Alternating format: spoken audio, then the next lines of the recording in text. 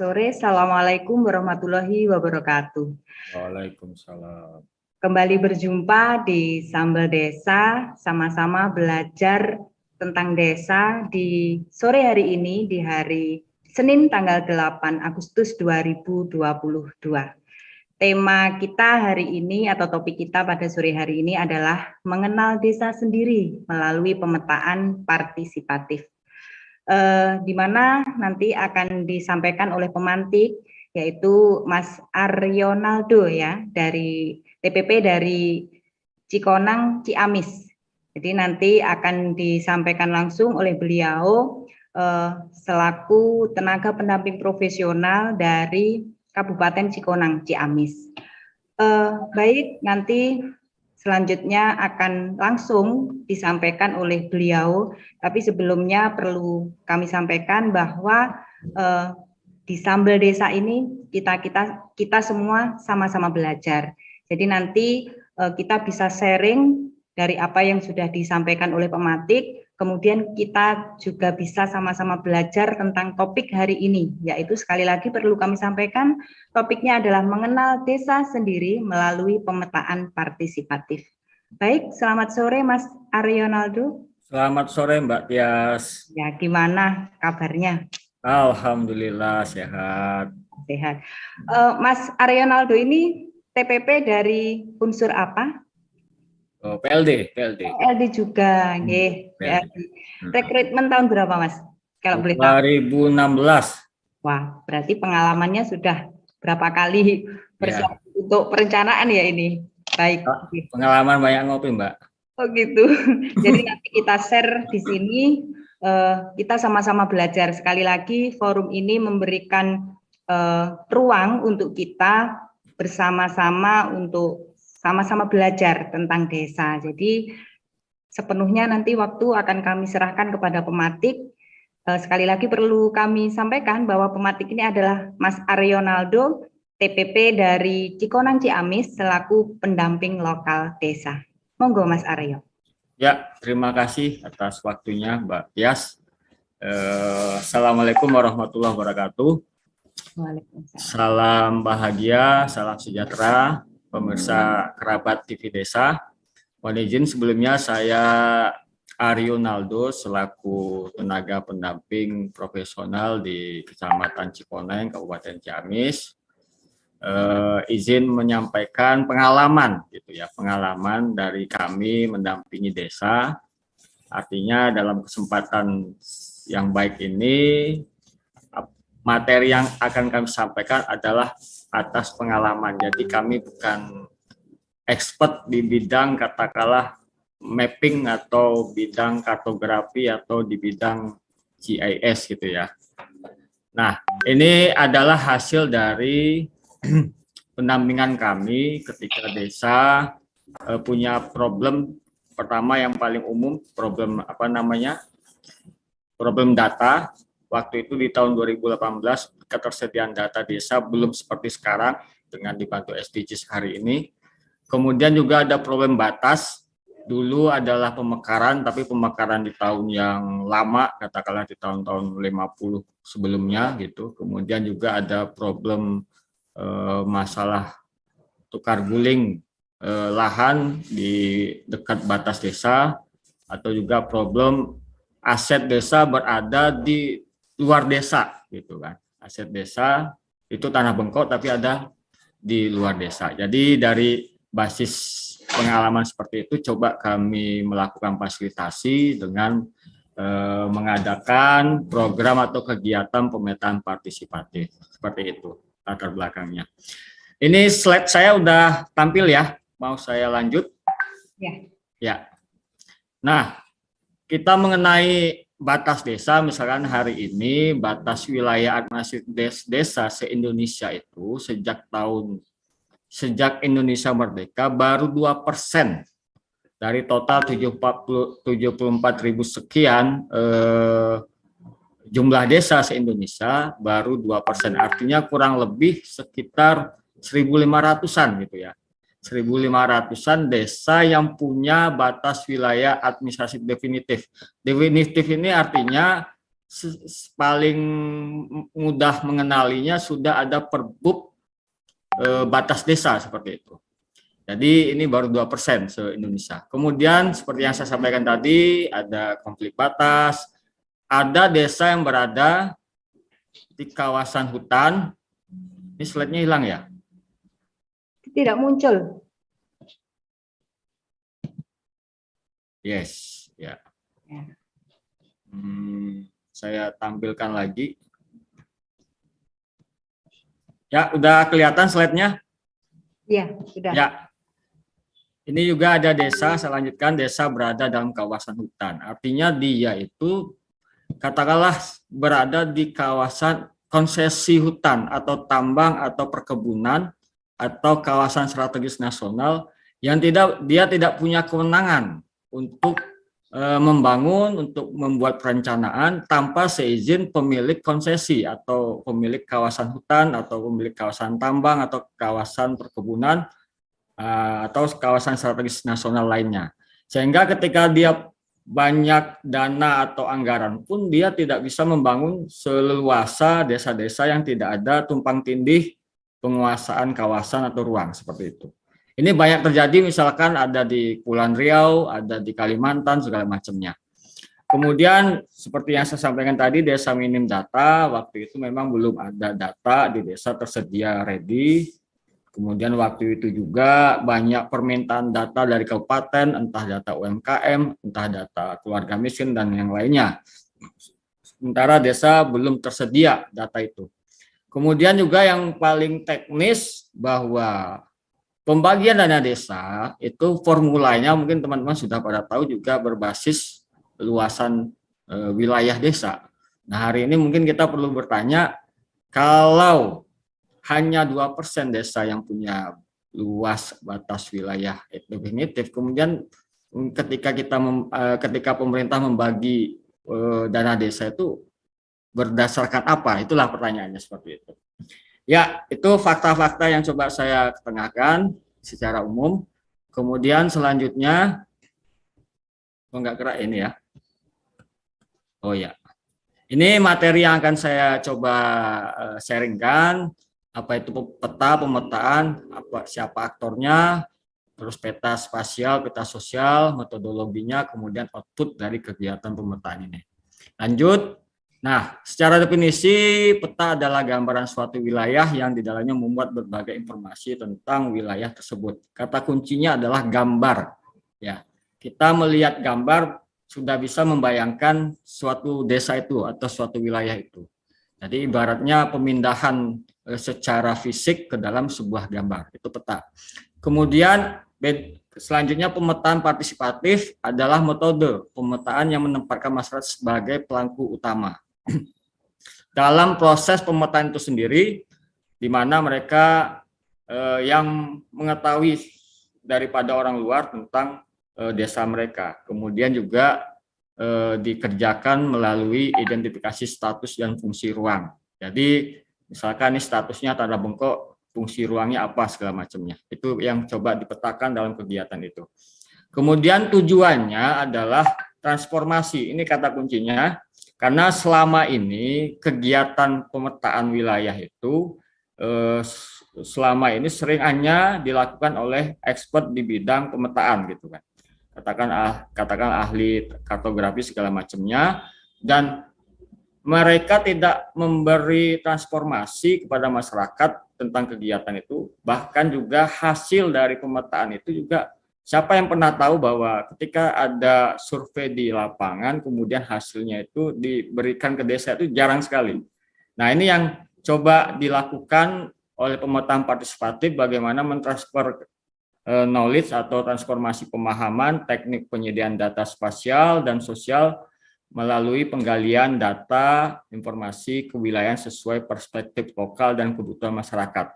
Nah ini tentang perspektif lokal ini juga menjadi kata kunci, bahwa selama ini kegiatan pemetaan itu ya murni berdasarkan yang diinginkan oleh katakanlah superior. Dia tidak coba melibatkan masyarakat, misalkan apa yang menjadi kebutuhan masyarakat dalam kegiatan pemetaan itu. Nah, ini yang menjadi pembeda antara pemetaan partisipatif dengan yang dilakukan oleh katakanlah konsultan atau pihak ketiga.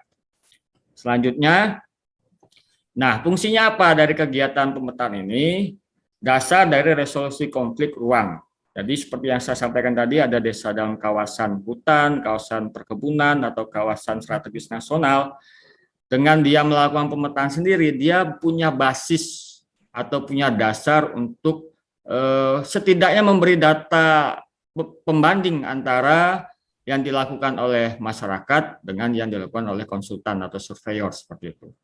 Kemudian juga dasar pengakuan dan pelindungan masyarakat hukum adat. Nah, selama ini mungkin ya masyarakat adat kita belum bisa melakukan pemetaan secara katakanlah standar yang dituntut oleh katakanlah keilmuan atau otoritas resmi, tetapi mereka mesti tahu di mana batas wilayah adatnya, mesti tahu, mesti ada tanda-tanda, entah tanda alam, entah tanda pohon atau segala macamnya. Tetapi kalau disandingkan dengan teknik pemetaan yang katakanlah sekarang diakui official, itu mungkin mereka belum sampai ke sana. Nah, dengan kita melakukan transformasi pemetaan partisipatif ini, saya atas pengalaman yang sudah ada ya bukan perkara yang sulit bagi mereka untuk mengadopsi itu. Kemudian juga tentang fungsi bagaimana menata batas desa. Nah, ini juga kalau dilakukan oleh masyarakat itu sendiri atau warga desa itu sendiri, mereka lah yang akan tahu persis di mana batas desanya. Kemudian juga mereka juga yang akan bisa menyampaikan atau mengkomunikasikan batas tersebut dengan tetangga batas desanya. Karena di sisi sebaliknya, kadang penetapan batas desa itu dilakukan di atas kertas kerja, maksudnya di atas laptop gitu kan. Jadi di atas laptop tanpa ada konfirmasi, tanpa ada kesepakatan seperti itu.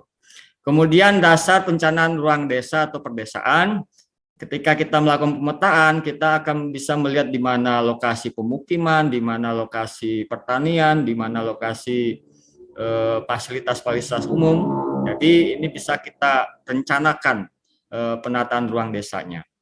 Kemudian ini terkait dengan aset dan juga ada program di situ. Dengan pemetaan ini, masyarakat desa bisa mengidentifikasi dan menginventarisasi tanah objek reforma agraria, kemudian perhutanan sosial, kemudian hutan adat.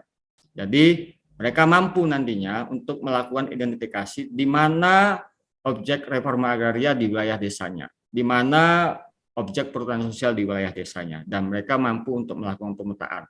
Karena secara teknis nanti ketika mereka melakukan atau mengajukan usulan reforma agraria, salah satu syaratnya adalah peta di mana objek itu berada.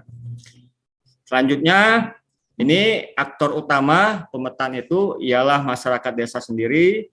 Kemudian tema pemetaannya kan macam-macam. Ada mungkin dia pemetaan tata guna lahan, ada dia mungkin pemetaan kawasan rawan bencana.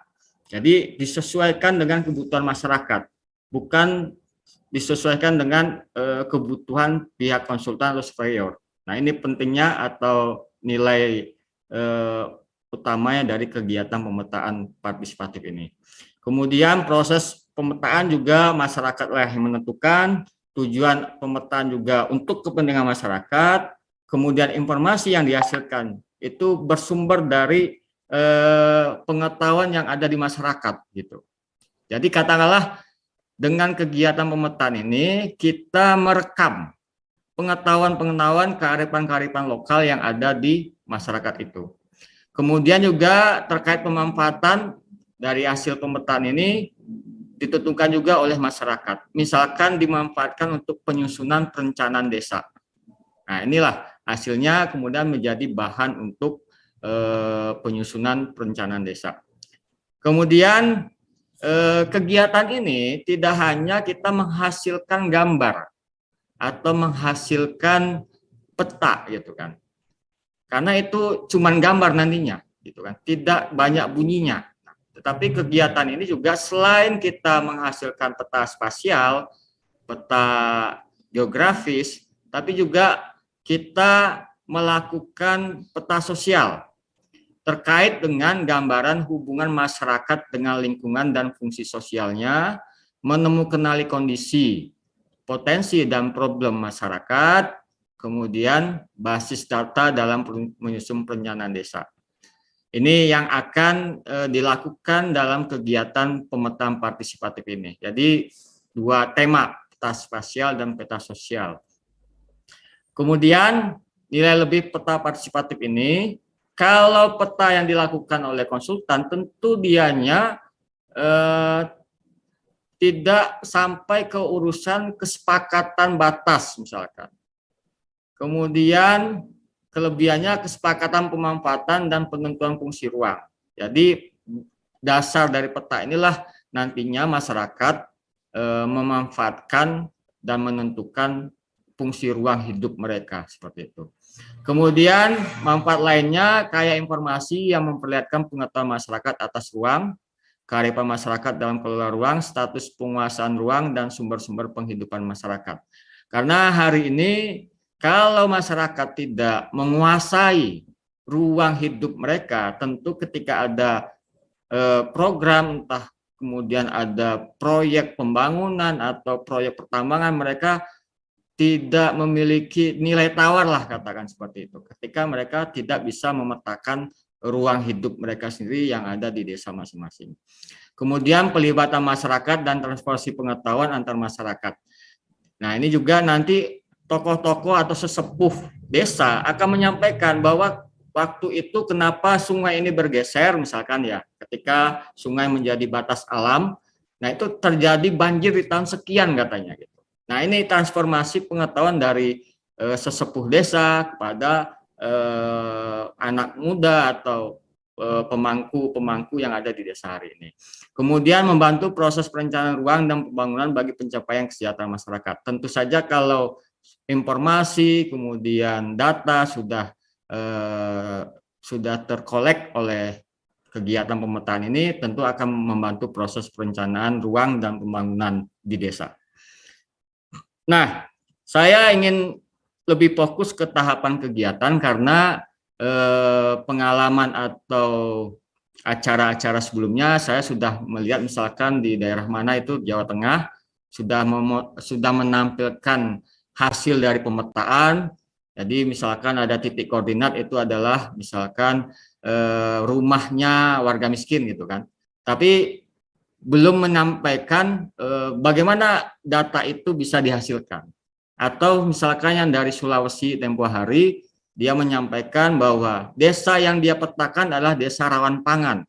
Karena antara jumlah penduduk dengan lahan pertanian itu rasionya tidak seimbang, seperti itu. Itu hasil. Nah, saya coba menyampaikan hari ini tahapannya atau proses bagaimana sih melakukan pemetaan.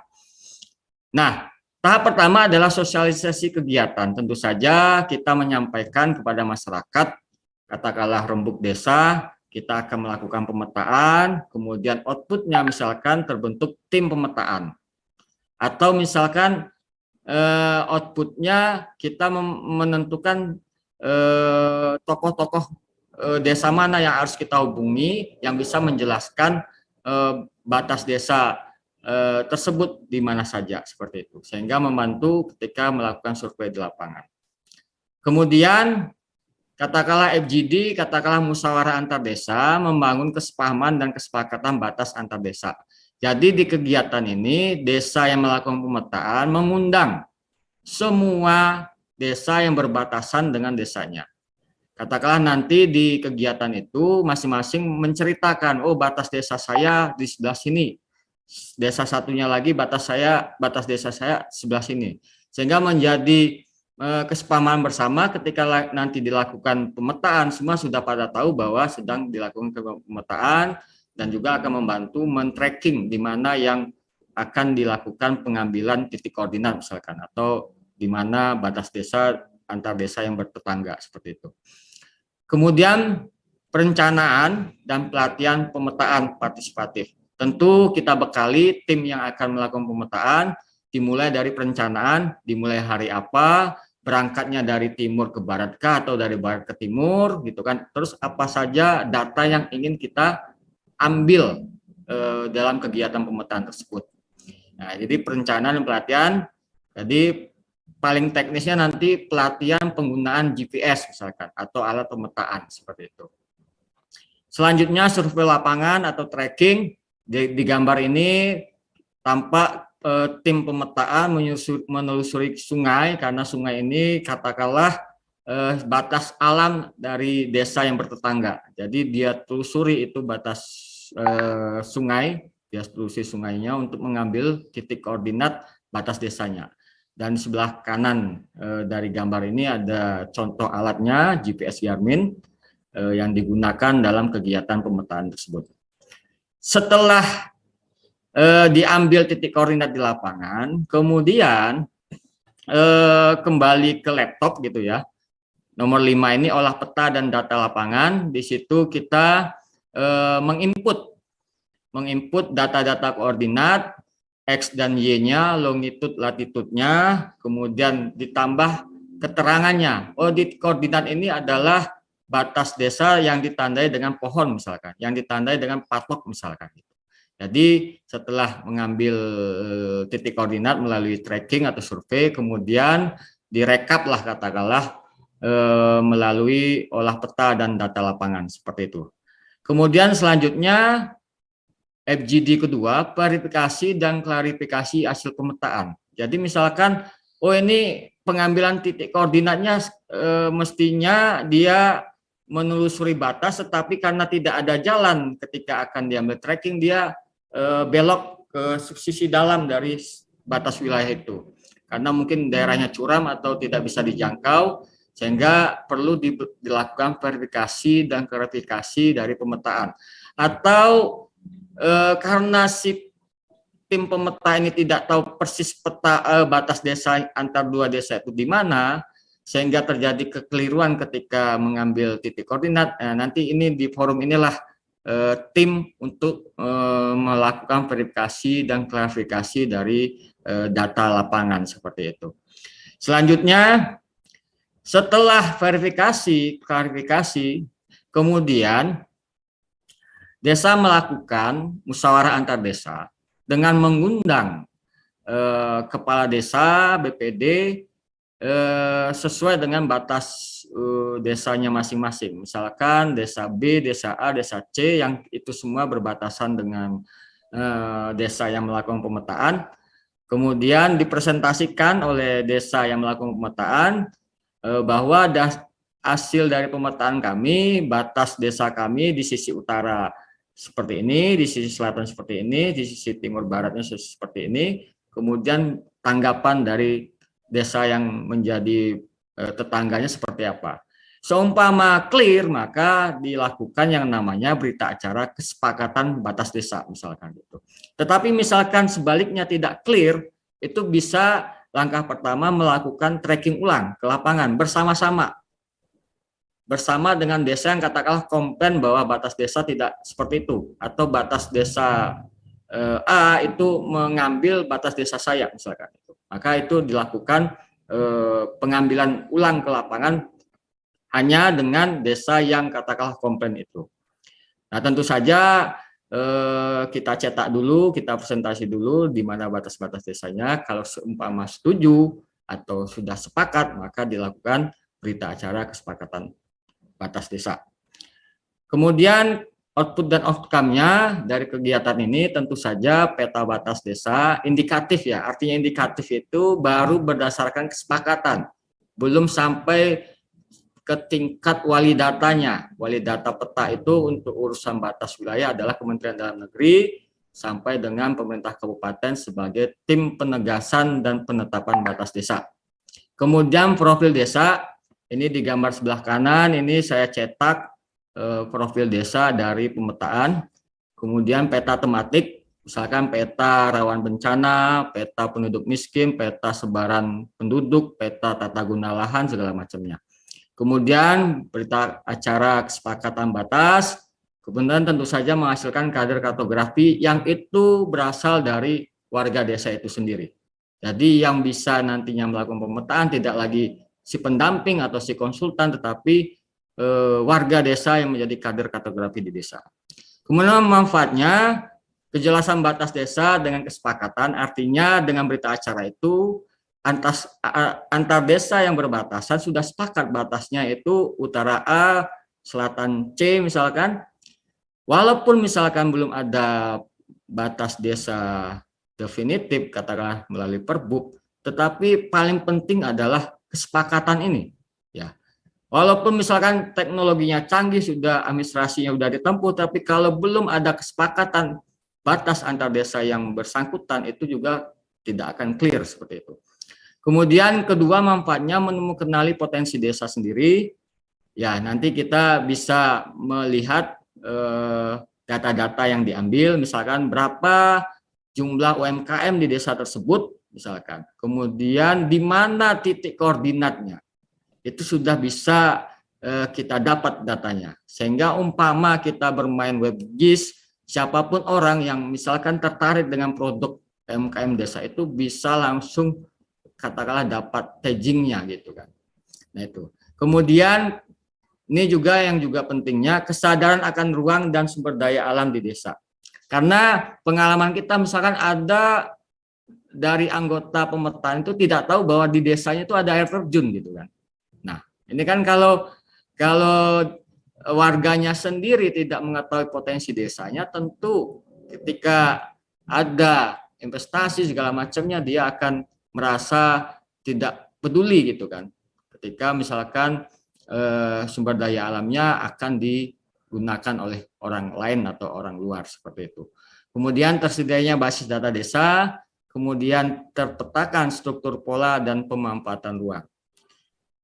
Nah, tantangan dari kegiatan pemetaan partisipatif ini adalah ya ini masih indikatif. Indikatif itu ya belum official lah gitu kan gitu. Belum official tapi dia sudah sepakat antar desa.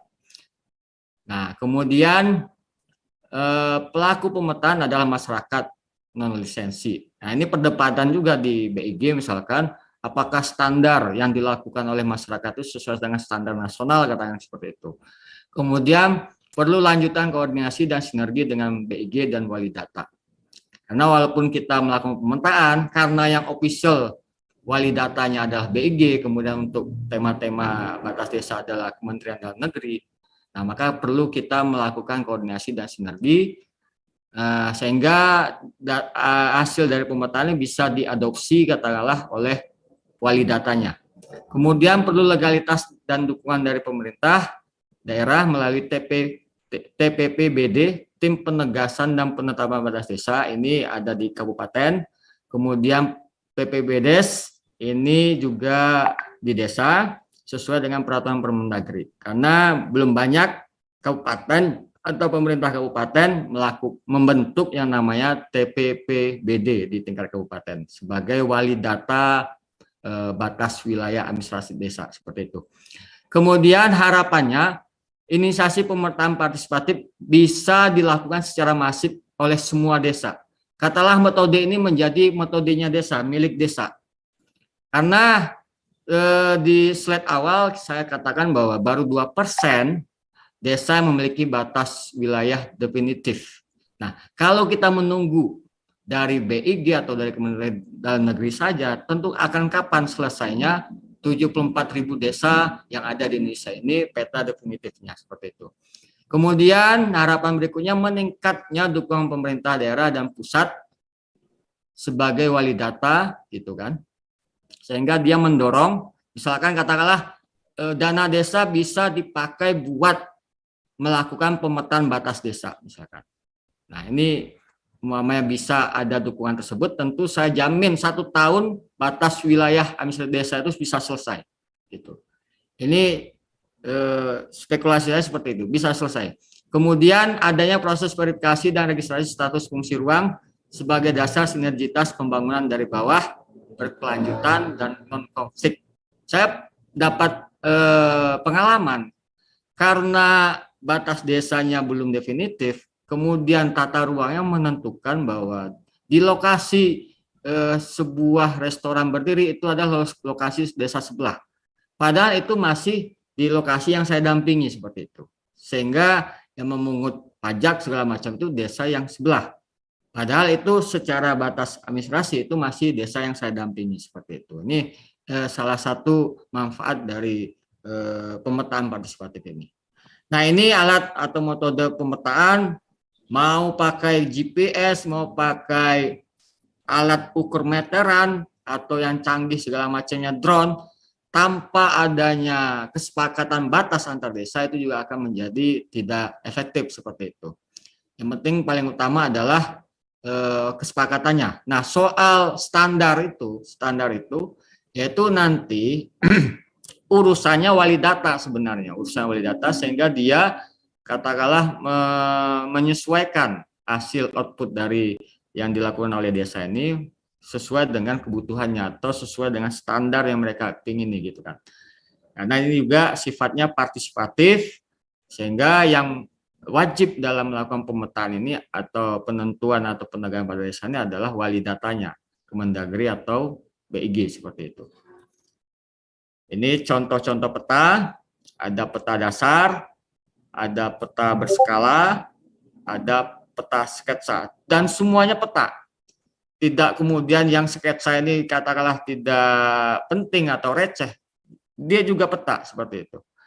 Yang paling penting itu adalah pengakuan atau kesepakatan antar desa kalau terkait dengan temanya tata batas desa seperti itu. Dan bagi desa yang paling penting adalah bagaimana warga desanya mengenali potensi desa yang ada di desanya seperti itu.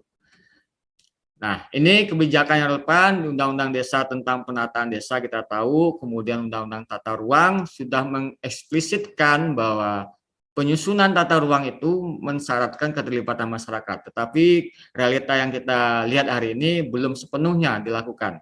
Kemudian ada Perpres kebijakan satu peta, ada Permendagri 45 tentang penetapan dan penegasan batas desa, kemudian tentu kalau misalkan kita ingin kegiatan ini dibiayai dana desa, waktu di Permendas nomor 16 itu bisa digunakan untuk pemetaan. Tapi ketika ada COVID segala macamnya, klausul itu sudah tidak ditemui lagi. Kemudian juga ada Perkabik tentang spesifikasi penyajian peta desa. Mungkin itu yang bisa saya sampaikan tentang, saya lebih concern ke ke metodologinya.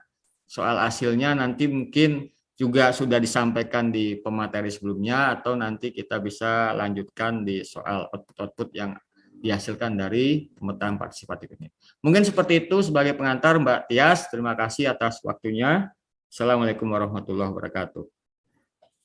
Waalaikumsalam warahmatullahi wabarakatuh. Menarik ini, Mas Naryo ya. Ya. Saya manggilnya Mas Aldo atau Mas Naryo ya? Iya, Mas Aryo nggak apa-apa.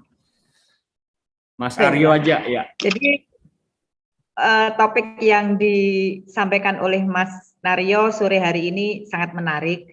Apalagi nanti kalau kita sandingkan dengan pendataan SDGs. Ya. Tapi nanti akan kita bahas nanti. Teman-teman perlu kami sampaikan bahwa dalam forum ini di Sambel Desa sama-sama belajar desa, kita tidak ada absensi. Jadi di sini memang ruang lingkupnya kita belajar bersama. Bagaimana membangun desa dan memakmurkan desa. Kemudian untuk e-sertifikat itu juga tidak ada, tapi Sambel Desa memberikan e-sertifikat bagi pematik dan juga host yang nanti terlibat di topik yang disampaikan di Sambel Desa. Sekali lagi perlu kami sampaikan bahwa forum ini adalah forum untuk kita sama-sama belajar desa, apapun yang disampaikan oleh pematik, mari bersama-sama kita bahas sesuai dengan kondisi desa yang ada di lingkup teman-teman. Jadi sebelum kita buka forum untuk diskusi, perlu kami pertanyakan sebelumnya ya, Mas Aldo.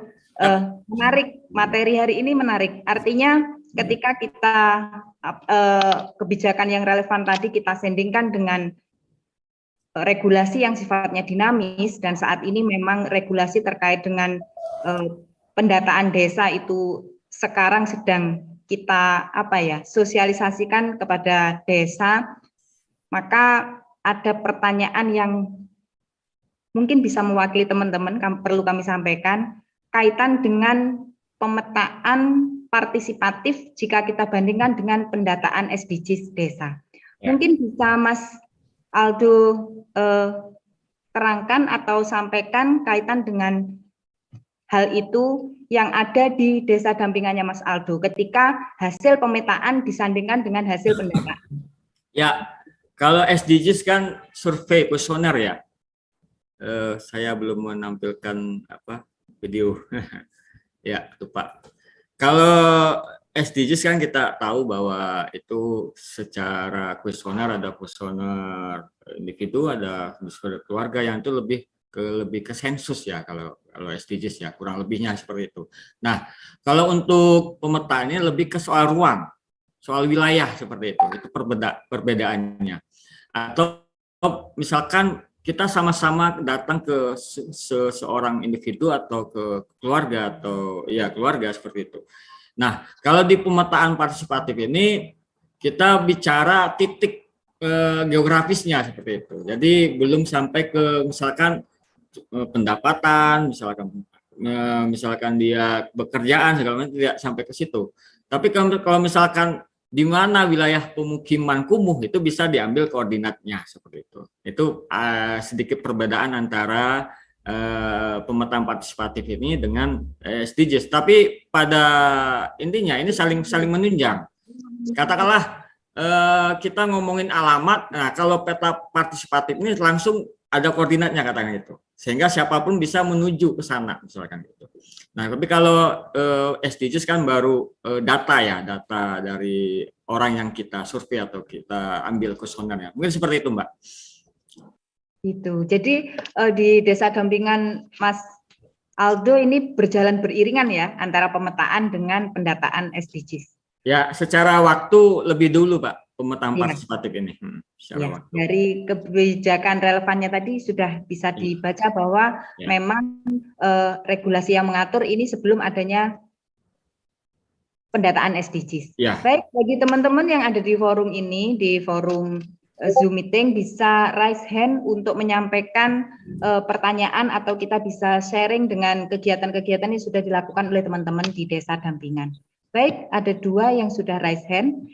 Ada Mas Agus Priaji. Monggo, open mic, Mas. Ya, sudah. Assalamualaikum warahmatullahi wabarakatuh. Waalaikumsalam. Terima kasih atas kesempatannya. Ini menarik, Mas. Ini. Pertama saya ingin tanya, ini dilakukan tahun berapa ya? 2018. 18, ya. Karena saya memakai GPS Garmin, GPS Magelang ini tahun-tahun 2000-an gitu ya. Wah, senior ini. Enggak, sudah lama saya pakai ini karena untuk melihat bagaimana akses masyarakat jarak gitu ya ke sekolah, ke sarana layanan kesehatan memakai alat ini. Jadi kelihatan dari mereka itu berapa. Yang ingin saya tahu dari pemetaan yang sudah dilakukan, ada nggak manfaatnya buat masyarakat? Kalau kami lakukan itu seperti itu. Kalau ini untuk apa? Di tahun 2018 saya yakin lebih canggih lagi kegunaan manfaatnya. Kemudian apakah GPS Garmin itu kalau diganti memakai HP bisa nggak? Ya. Kan HP kan di mana-mana ada gitu, lebih gampang. Oke, terima kasih. Terima kasih Pak Agus. Monggo langsung dari Mas Aldo untuk menanggapi. Yang jelas kalau bisa disimpulkan mengapa perlu adanya pemetaan partisipatif dan apa output yang diterima atau manfaat yang diterima oleh masyarakat. Monggo Mas, langsung dijawab. Ya, tadi sedikit sudah saya sampaikan manfaatnya. Nah, saya langsung cerita soal pengalaman saja. Misalkan ditemukan dalam tanda kutip ya air terjun di desa tersebut gitu ya, sehingga kemudian memancing inspirasi bagi masyarakat. Wah, ini kita jadikan desa wisata misalkan seperti itu. Sehingga ketika itu muncul bahwa temuan dan tanda kutip air terjun tersebut kemudian menjadi inspirasi masyarakat untuk membangun desa wisata, kemudian kan tentu saja kita arahkan atau kita kanalkan ke dalam tingkat perencanaan desa. Nah, hari ini karena libur 2 tahun, nah mulai diangkat kembali bahwa kita punya potensi air terjun, mari kita bangun infrastrukturnya, bangun fasilitasnya, sehingga bisa menjadi destinasi wisata desa seperti itu. Itu salah satu cuplikan adegan ketika kita melakukan peta partisipatif. Tentu saja lebih jauhnya ini misalkan kita mengumpulkan data. Misalkan sebaran UMKM, sebaran warga miskin, kemudian ketika secara teknis saja nih misalkan di mana warga miskin itu kita bisa langsung menunjukkan titik rumahnya atau alamat rumahnya seperti itu ya, mungkin seperti itu gambaran manfaatnya. Kemudian mengenai GPS mengganti HP, nah kebetulan di Jawa Barat ini tahun ini provinsi itu sudah menganggarkan kebantuan provinsi untuk penegasan dan penetapan batas desa. Nah, informasi yang saya terima, alat yang digunakan itu memang HP, Pak, Android, dengan aplikasi Avenza. Jadi akan lebih mudah lagi. Jadi provinsi melalui provinsi dengan BIG menyediakan peta dasarnya di desa yang akan melakukan pemetaan. Kemudian si masyarakat mengambil titik koordinat melalui HP Android dengan aplikasi Avenza tersebut. Jadi pada tahun ini Provinsi Jawa Barat akan melakukan program penegasan dan penetapan batas desa seprovinsi Jawa Barat seperti itu. Jadi bisa untuk menggunakan HP seperti itu. Jadi menarik itu sehingga pemanfaatannya itu bisa kelihatan di GPS kan di masing-masing di mana rumah warga miskin, Ya. di mana ketersediaan sekolah, layanan.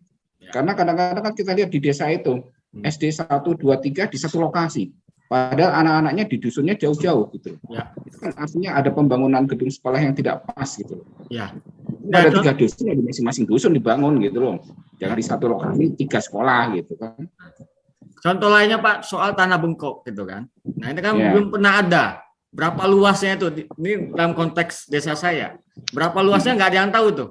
Walaupun tiap tahun dimanfaatkan tanah bengkok itu, tapi tidak secara luasan saja tidak muncul datanya. Jadi setidaknya dengan pemetaan ini kita bisa memetakan luasan dari tanah bengkok dan di mana beradanya. Karena ini juga potensi konfliknya ada di tanah bengkok. Misalkan saya temukan tanah bengkok di tengah-tengahnya itu tanah SHM misalkan. Ini kan secara logika nggak ketemu ini kan. Nah, dengan pemetaan ini bisa kita identifikasi hal tersebut. Mungkin seperti itu Pak Agus.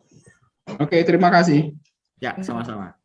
Sangat menarik. Jadi memang perlu pemahaman kaitan dengan hasil pendataan SDGs jika kita sandingkan dengan hasil pemetaan partisipatif. Jadi memang mempunyai objek yang berbeda, tapi nanti muaranya tetap untuk pembangunan desa dan kemakmuran masyarakat desa. Kemudian masih ada lagi yang raise hand. Jadi perlu kami sampaikan teman-teman, materi hari ini yang disampaikan oleh Mas Aldo nanti akan kita share di linknya Sambal Desa. Jadi semua materi yang disampaikan pematik melalui topik-topik yang sudah dilaksanakan kemarin itu bisa teman-teman unduh di linknya Sambal Desa. Jadi semua sudah lengkap mulai dari episode 1 sampai episode hari ini dan episode selanjutnya. Baik, untuk yang selanjutnya pertanyaan raise hand dari Mas Tatang Nurdian. Open mic, Mas.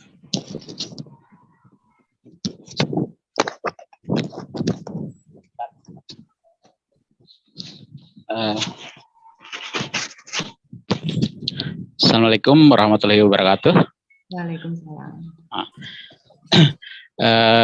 Mas Aldo, saya mau nanya kegiatannya apakah menggunakan dana desa atau menggunakan ADD? Karena setahu saya untuk kegiatan tersebut masuk ke bidang penyelenggaraan pemerintahan desa. Kemudian adanya di subbidang pertanahan. Kalau mengenai pemetaan batas desa. Nah, itu pengalaman kami. Maka saya mau mencocokkan gitu kan, apakah boleh menggunakan dana desa atau memang pengalaman Mas Aldo di wilayahnya itu menggunakan dana apa? Seperti itu. Kemudian yang kedua, saya mau tanyakan tim yang dibentuk tadi untuk pemetaan, untuk pemetaannya, apakah itu diberikan honor dan sebagainya? Karena kalau pengalaman saya yang kita libatkan itu seperti tokoh masyarakat, tokoh adat, tokoh yang ada di desa itu, gitu kan? Itu terlibat semua. Nah, tentunya kalau kita melaksanakan kegiatan di lapangan itu kan cukup memakan waktu, bisa saja sehari, bisa saja seminggu ya, berturut-turut. Nah, yang menjadi pertanyaan saya, apakah tim tersebut juga diberikan honor selain makan minum, gitu kan? Nah, itu saja sih, Mas Aldo. Siap, langsung saja Mbak Tias. Iya, monggo. Ya, soal inti nih. Ya, soal pembiayaan ya kegiatan ini. Kalau yang sekarang adalah Pemprov provinsi ini, itu dia menggunakan ADD 10 juta. Memang belum mulai ini acaranya, programnya. Dan yang kita lakukan pada tahun 2018 itu dana desa, Pak. Dana desa ya. Nah, tetapi judulnya bukan penetapan dan penegasan batas desa. Waktu itu di dana desa itu ada judul kegiatan program inovasi dan program pemetaan potensi dan inovasi desa. Karena kita nggak hanya mengambil peta batas desa, tapi juga kita mengambil misalkan apa saja potensi UMKM, apa saja potensi sumber daya alam segala macamnya. Nah itu. Yang ini mungkin rada-rada tricky tapi ya, rada tricky. Tapi ini sah gitu kan, sah waktu itu ya. Nah, karena nyatanya juga di ACC sama DPMD segala macamnya. Jadi dalam kegiatan itu kita masukkan juga pemetaan potensi, pemetaan sumber daya alam, kemudian plus gitu kan, plus penegasan batas seperti itu. Jadi waktu itu seperti itu, dan sepengetahuan saja yang pertama se-Indonesia itu pemetaan menggunakan dana desa. Kemudian tim pemetaan kita beri honor sehingga dia fokus untuk melakukan pemetaan. Karena juga tadi saya juga tampilkan gambarnya, mereka menelusuri sungai gitu kan. Kalau mungkin nanti konturnya perbukitan atau gunung, dia juga akan belusukan di semak-semak segala macamnya. Dan sebenarnya ya honor yang kita anggarkan itu juga istilahnya belum seberapa lah, belum pantas lah gitu ya. Jadi kegiatan ini tetap berjalan sementara pekerjaan yang mereka tinggalkan setidaknya tidak zonk lah, tidak nol sama sekali, tapi ada pengganti uang lelahnya seperti itu. Mungkin seperti itu Pak Tata. Iya. Satu lagi Mas Aldo, karena kebetulan memang di wilayah kami, khususnya Kabupaten Sanggau, kecamatan saya, Kecamatan Kapuas, ini kan ada sedang diadakan pemekaran wilayah kecamatan, perencanaan pemekaran wilayah kecamatan. Jadi pemekaran kecamatan kami ini akan dibagi dua, Kapuas Selatan dengan Kapuas Kota. Ya. Nah, memang desa itu diwajibkan dan harus menganggarkan untuk pemetaan batas desa. Namun ya terbentur dengan anggaran, karena ya yang digunakan itu menggunakan ADD ya. Sementara ADD yang di kabupaten kami ini cukup kecil, yaitu kisarannya 400-an juta.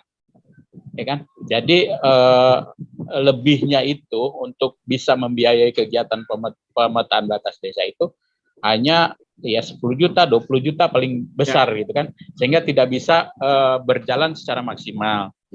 Nah, seandainya kalau ada trik gitu kan, ada trik lain supaya bisa masuk dikolaborasikan atau ditempelkan dengan kegiatan lain yang bisa sah, nah itu bagaimana? Nah, kita share pengalaman saja, Mas Aldo.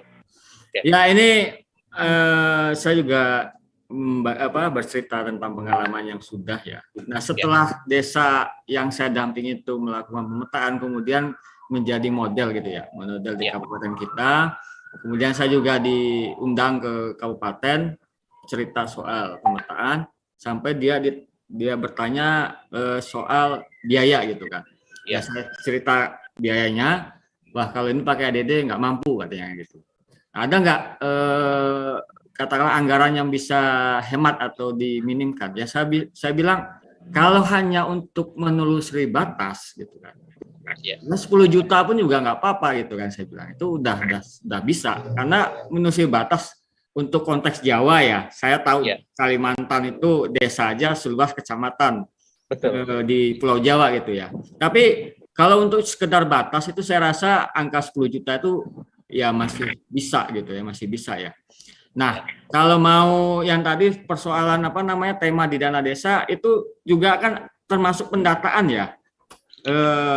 Pemetaan ini pendataan ada juga di Permendes itu kan yang program prioritas nasional itu kan pendataan potensi juga itu kan. Nah, tinggal Iya, iya. nanti dicocokkan dengan judul program atau judul kegiatan. Ya saya rasa tidak ada masalah gitu kan. Kita juga sudah sama-sama sadar, pemerintah pusat pun juga sadar bahwa mereka belum mampu apa namanya menyajikan penegasan batas desa definitif seperti itu. Yang mungkin masuk itu apa namanya kegiatannya seperti itu. Oke. Baik, terima kasih Mas Aldo. Mas Tatang, mungkin bisa kami tambahkan ya, artinya terkait dengan topiknya Mas Aldo hari ini sangat menarik.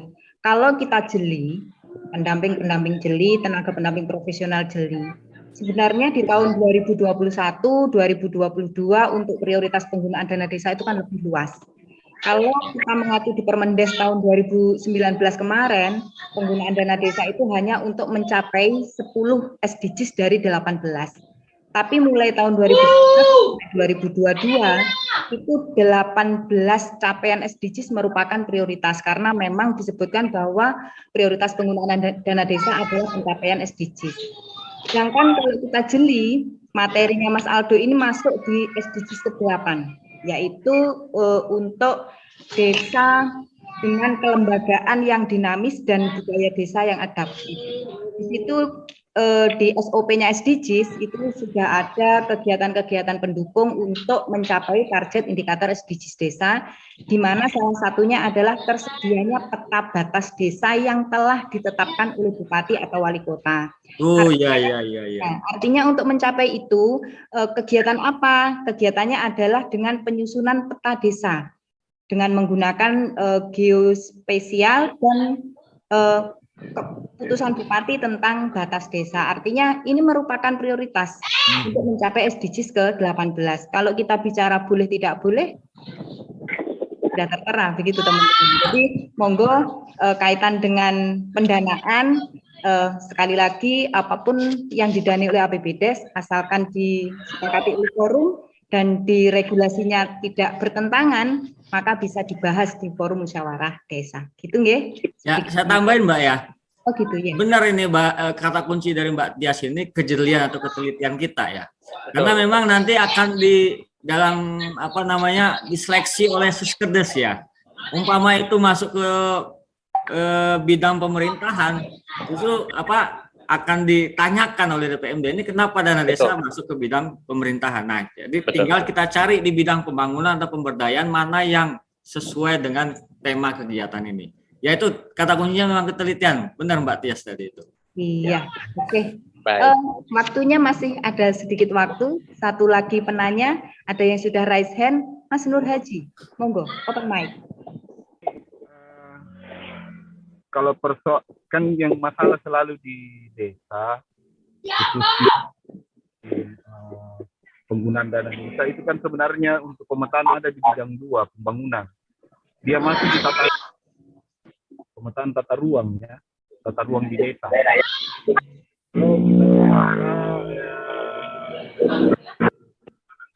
ini selalu jadi problem. Mohon untuk yang lain, mic-nya ditutup dulu agar teman-teman yang lain bisa fokus mengikuti topik hari ini. Ya, kita menempatkan di bidang 1 sehingga kadang anggaran yang di bidang 1 ini kan terbatas. Belum lagi beberapa tikungan dari kabupaten. Nah, kalau pemetaan itu di bidang 2 sebenarnya ada di ruang dan tata ruang di desa. Jadi kalau kita bicara pemetaan kan bukan persoalan tapal batas saja, bukan cuma batas potensi desa, sumber alam, sehingga apa? Semestinya ini sudah sejak awal, sejak lahirnya undang-undang pemerataan desa harus dilakukan. Kenapa? Karena kalau kita bicara terkait desa, kita bicara terkait ruang, kita bicara terkait agraria, Ya. bumi, air, tanah, udara. Kalau kita bicara tentang desa ya, atau bicara tentang agraria. Nah, sehingga apa? Pemetaan ketika kita mau sandingkan SDGs, justru pemetaan yang harus duluan ada. Dan, baru SDGs, tapi ke SDGs jalan, pemetaan jalan, ya dia connect. Karena apa, isi SDGs itu juga isi pemetaan, harusnya seperti itu. Karena bicara SDGs adalah bicara total keseluruhan yang ada di desa, mulai dari manusianya dan sumber daya alamnya, sama dengan peta. Nah, kalau kita masih memblok peta adalah sebuah gambar saja, bukan sebuah kondisi objektif desa, ya memang agak rumit. Sama halnya ketika kita mengatakan bahwa saya melihat ini kalimat ya, analogi saja. Saya melihat ada peta situasi di sana, itu kan peta juga. Sehingga apa? Bicara pemetaan partisipatif adalah bicara totalitas terkait dengan desa. Sehingga ini penting, dan itu kan ada di Permendagri 45 perintah itu. Nah, cuma desa memang selalu terbentur di nomenklaturnya itu tadi. Ya. Di bidang mana? Kalau saya di bidang 2. Nah, ada problem besar juga di pemetaan. Ketika ini kita mau dorong, pertama, pemetaan ini kan untuk melatih orang-orang yang ada itu mungkin bisa 1 bulan, 2 bulan, 3 bulan. Tetapi menyelesaikan batas konflik itu yang rumit.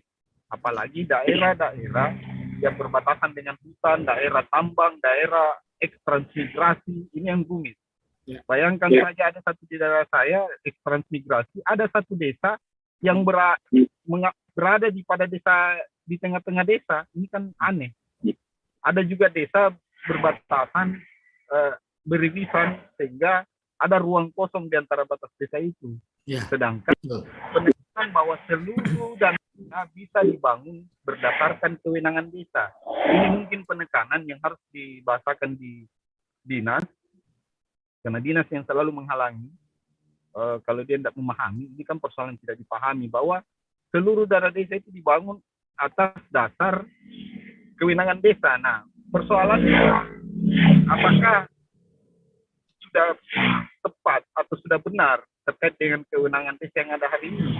Nah, kalau acuan regulasi kan banyak sebenarnya. Tadi Permendagri 45, Permendagri 44 tentang kewenangan desa, di mana desa diperintahkan untuk membuat perdes kewenangan. Nah, dasar perdes kewenangan ini kemudian menjadi acuan bahwa kami butuh memetakan desa atau hasil peta, kemudian melahirkan nanti perdes kewenangan. Di sisi lain juga ini mempermudah desa membangun, sehingga dimanapun atau siapapun mampu melihat, atau ketika desa mau membangun sesuatu tidak rumit lagi mengukur. Saya menggambarkan satu contoh seperti ini. Saya ingin membangun mikrohidro, pembangkit listrik, tetapi saya tidak tahu titik ketinggian air, buangan air, terus debit air. Nah, dengan adanya peta, dengan melakukan pemetaan, saya sekalian hitung titik tinggi air terjun, titik tinggi panjang kemiringan pipa, sehingga saya mendapatkan panjang pipa berapa, sehingga dengan mudah akan saya mengetahui debit air, dengan mudah juga saya mengetahui bahwa listrik yang saya bisa bangun dengan air terjun ini adalah 20.000 watt atau 50.000 watt. Itulah fungsi peta. Jadi peta bukan hanya menghadirkan gambar batas desa antar ini, ya memang tidak ada gunanya kalau hanya itu. Tetapi dari peta, di atas meja kita mampu membangun desa, kita mampu mengukur, kita mampu mengevaluasi, dan itu pun oleh siapapun bisa dimanapun. Orang yang ada di Jakarta dengan peta yang ada, dia mampu membaca, oh desa ini layak memang untuk didorong ketahanan pangan, bahwa lahannya luas, sumber airnya ada, karena ada peta yang dibaca. Selama setiap tahun kita survei untuk setiap pembangunan, ini kan merepotkan, tapi dengan adanya peta ini semakin memudahkan kita membangun. Nah, cuma persoalannya kenapa sampai hari ini tidak ada penekanan terkait dari Kementerian Desa menjadi prioritas dana desa untuk pemetaan itu. Itu pertanyaan besar. Kami memang masih Terima tarik kasih. menarik Ya, kepentingan. kita bisa menangkap apa yang disampaikan oleh Pak Nur Haji. Mohon maaf karena memang kita dibatasi oleh waktu. Jadi apa yang disampaikan oleh Pak Nur Haji sebenarnya lebih lebih menekankan pada semuanya penting. Tapi kenapa kok tidak disetarakan dengan pendataan-pendataan yang lain, gitu nggih. Jadi sebenarnya sekali lagi bahwa prioritas penggunaan dana desa itu untuk pencapaian SDGs desa. Dan yang kita bahas hari ini, sore ini, itu topiknya masuk di pencapaian SDGs ke-18. Kalau kita kembali lagi, kalau kita membahas boleh dan tidak boleh, jelas boleh. Apakah menyalahi kewenangan jika pemerintah desa menetapkan kebijakan terkait pendataan atau pemetaan itu didanai oleh dana desa? Kembali, karena regulasinya berbicara seperti itu dan ketika forum menyepakati, saya rasa enggak ada yang menyalahi kebijakan ya Mas Aldo ya? Ya, nggak ada. Oke. Sekali lagi teman-teman, karena kita dibatasi oleh waktu dan memang membahas topik ini sangat menarik karena mungkin kalah ngetren, kalah pamor dengan pendataan SDGs. Tapi apapun outputnya tetap pendataan SDGs punya tujuan dan maksud yang bagus, luar biasa. Pemetaan partisipatif pun punya output yang luar biasa juga. Di situ hasil pemetaan kita bisa memilah potensi yang dimiliki oleh desa, baik potensi sumber daya alam, sumber daya manusia, sumber daya lainnya maupun potensi permasalahan. Karena tadi disebutkan ada potensi banjir ketika ada pemetaan kaitan dengan kalender musim mungkin ya. Jadi ada dua output, bisa potensi yang bagus, bisa potensi yang bermasalah di desa. Jadi nanti tetap bisa digandengkan untuk perencanaan pembangunan desa dan bisa digunakan sebagai dasar untuk menentukan kebijakan perencanaan dan pendanaan. Gitu ya Mas Aldo? Ya, betul.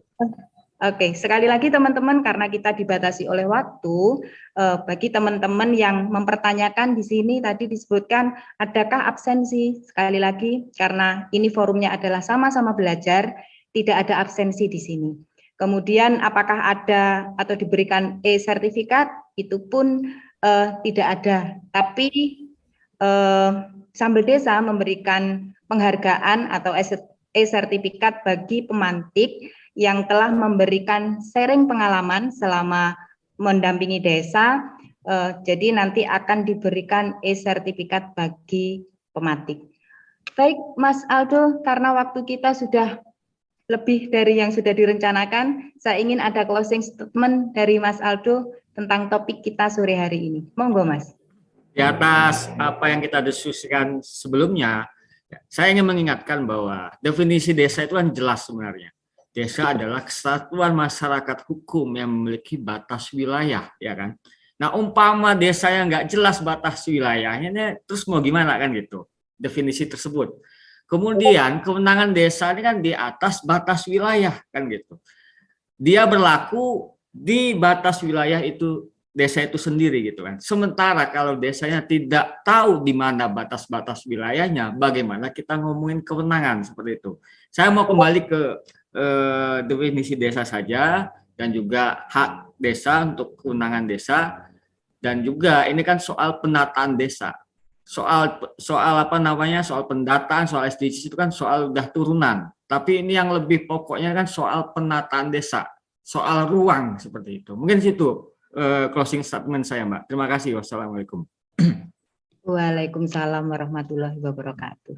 Baik teman-teman, materi dan topik kita hari ini terkait dengan mengenal desa sendiri melalui pemetaan partisipatif. Outputnya sudah diterangkan sangat jelas oleh pematik kita, yaitu Mas Arionaldo, TPP dari Cikoneng, Ciamis.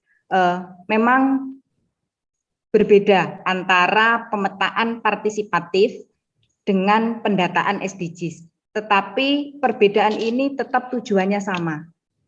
Apapun yang sudah ditetapkan melalui pemetaan partisipatif, sudah disepakati melalui forum, kemudian kita sandingkan dengan masyarakat hasil pendataan, maka itu akan bisa digunakan oleh desa sebagai dasar perencanaan dalam merencanakan pembangunan yang ada di desa. Tidak bisa dipisahkan, tapi tujuannya sama. Berbeda tapi tujuannya sama.